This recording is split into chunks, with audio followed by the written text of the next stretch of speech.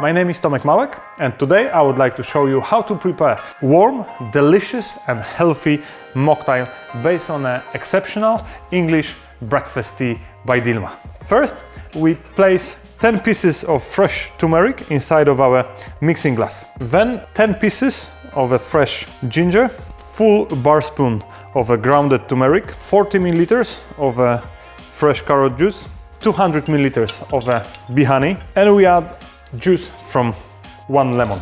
All these ingredients stir gently so all the flavors mix together, and we keep it in the room temperature for around 2 hours. And we are ready to mix. We add 50 milliliters of our syrup and top it up with, let's say, 50-60 Celsius degrees exceptional English breakfast tea by Dilmah.